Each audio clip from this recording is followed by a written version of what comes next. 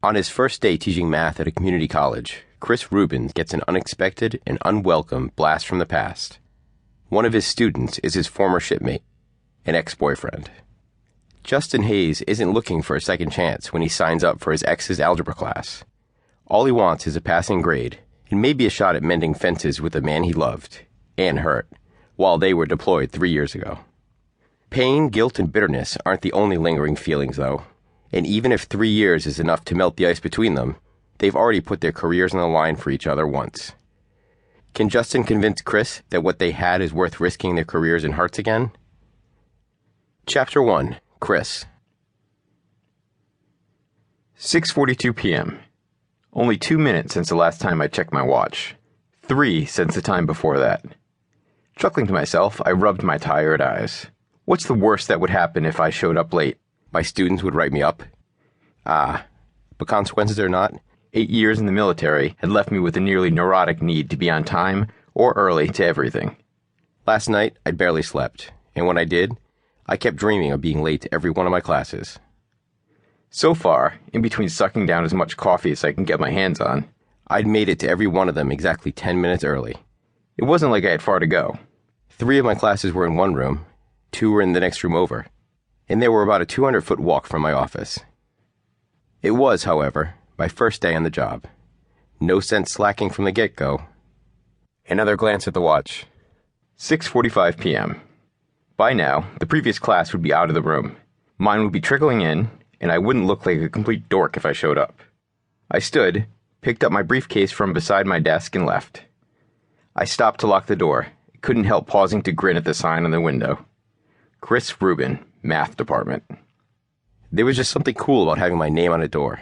Maybe not to anyone else, but after almost a decade as a uniformed drone and a few years of grinding through my degrees, there was a certain novelty about it.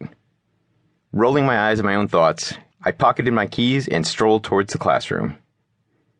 I'd been a nervous wreck before my first 2 classes, but now I was calm and cool. My other 4 classes had gone smoothly, so I was confident about this one. Algebra 101.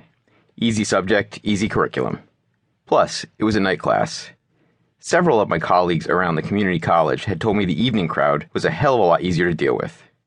Instead of fresh out of high school kids, it was adults who had to cram in classes between their jobs and family life. They tended to take things more seriously. I pushed open the classroom door and offered a quick glance and a smile to the 8 or 9 students who'd already arrived.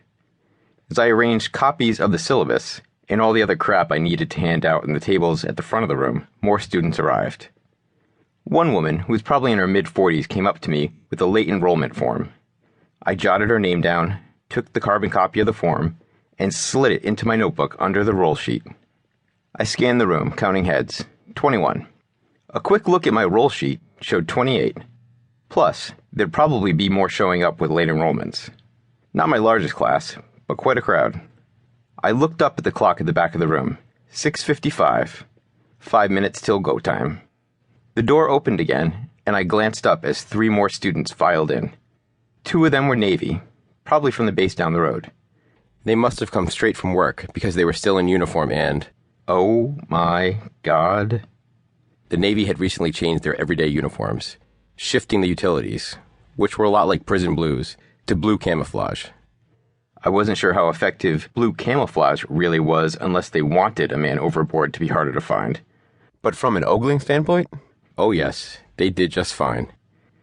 Camis always look good, and the deep blue had a tendency to bring out eyes in a way that would probably have this math teacher tripping over his words for the entire quarter. Good thing I wasn't enlisted anymore. Being in the closet had been bad enough when we were all dressed like prison inmates. This would have been torture. The boys in blue took seats in the back row. Backpacks rustled, papers shuffled, pens rattled. More students arrived. Seats were filling quickly, so I did one last check to make sure I had everything I needed in the order I needed it.